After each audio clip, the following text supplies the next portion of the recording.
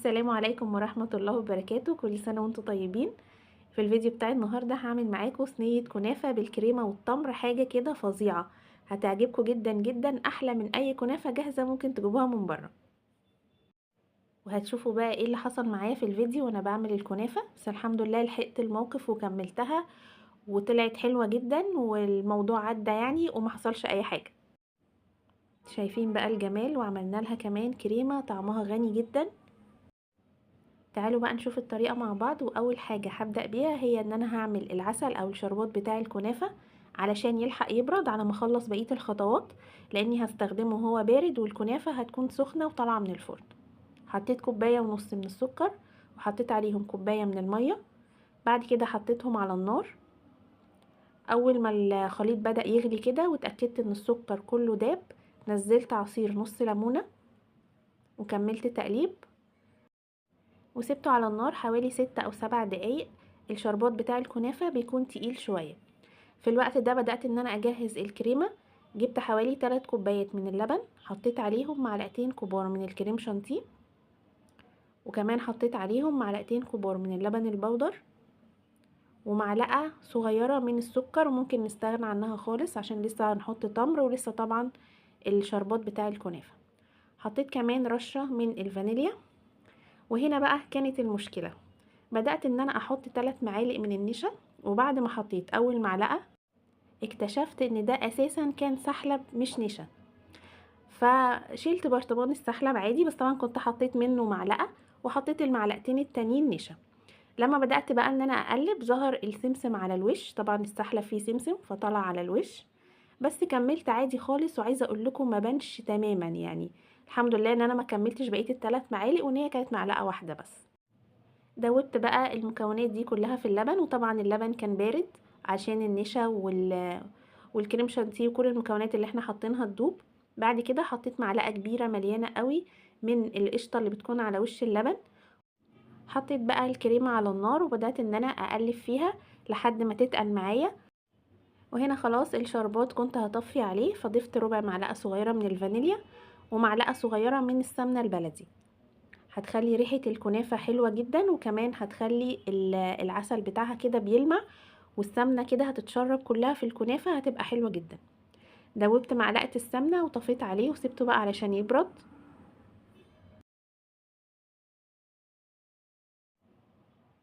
وهنا الكريمة، وزي ما انتم شايفين بقى السمسم طبعا من معلقة السحلب اللي احنا حطيناها.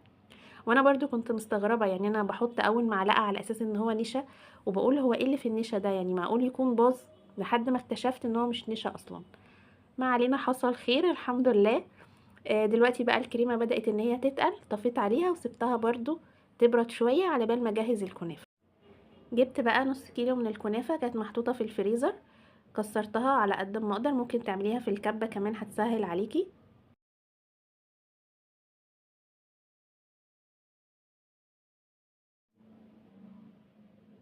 وحطيت عليها كوبايه الا ربع من السمنه السايحه. ممكن تستخدمي على فكره نص كوبايه سمنه على ربع كوبايه زيت، لو مش عايزه تستخدمي الكوبايه الا ربع كلهم سمنه. قلبت بقى الكنافه كويس مع السمنه بحيث ان هي تتشرب كلها. لو حابه تضيفي كمان معلقتين سكر بودر في المرحله دي، بس بحس بصراحه ان هو ملهوش لازمه. بعد كده جبت الصواني، صينيه مقاس 24 وصينيه تانية تقريبا مقاس 16 تقريبا. دهنت الصواني بالسمنه كويس قوي علشان الكنافه تتحمر وتاخد لون حلو من تحت.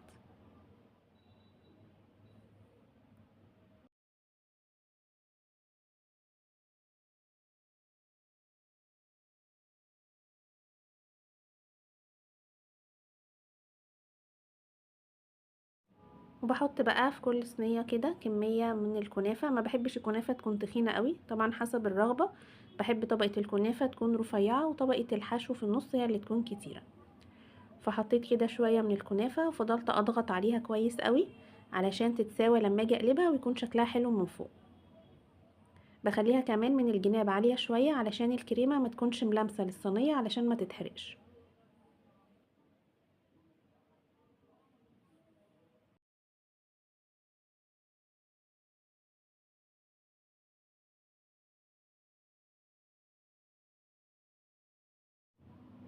كمان بضغط عليها بكوباية او بطبق صغير.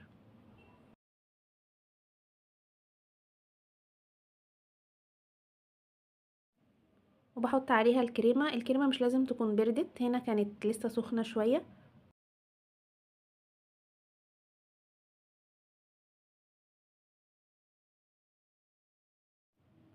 وحطيت فوق طبقة الكريمة تمر، قسمة كل واحدة على 2 وحطها كده بالشكل ده.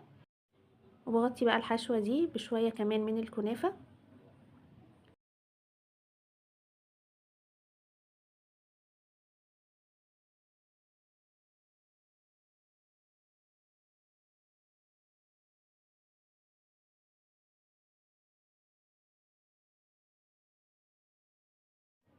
بساوي شكل الصينية من فوق، بضغط عليها خفيف جدا، ما بضغطش عليها جامد علشان طبعا الكريمة جوه طرية وما نبوظش شكلها. بضغط عليها كده بسيط، وهي كده كده هتتقلب، فالجزء المتساوي هيكون من فوق.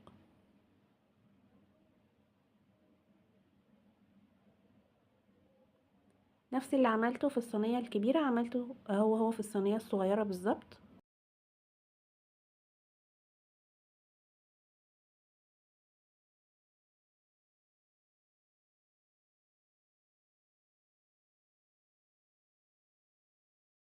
بعد كده دخلتهم فرن سخن على درجة حرارة 200 لحد ما لونهم احمر زي ما انتوا شايفين كده.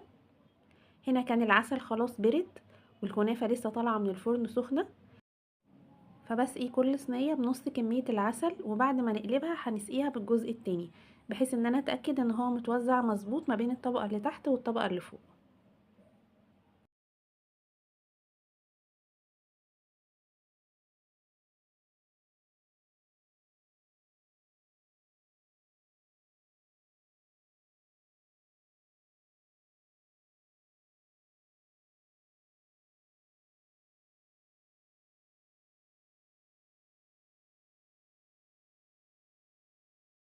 بعد ما قلبتهم على اطباق التقديم حطيت بقى الجزء التاني من العسل.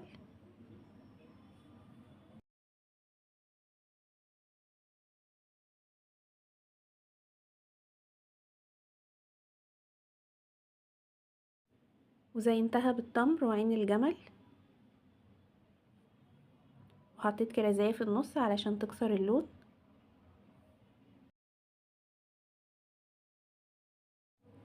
وكده خلصنا احلى صينية كنافة ممكن تدوقها في حياتكم، بصرف النظر عن الغلطة اللي حصلت. بس عايزة اقولكم في الاخر ما بانش تماما، يعني ما بانش خالص معلقة السحلب اللي اتحطت بالغلط دي، ما كانش ليها اي طعم خالص في الاخر، وطلعت الكنافة حلوة جدا. لو جربتوا الطريقة دي ومشيتوا على الخطوات مظبوط ان شاء الله هتطلع احلى من الكنافة الجاهزة مليون مرة.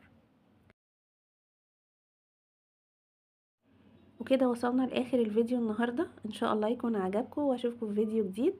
والسلام عليكم ورحمة الله وبركاته.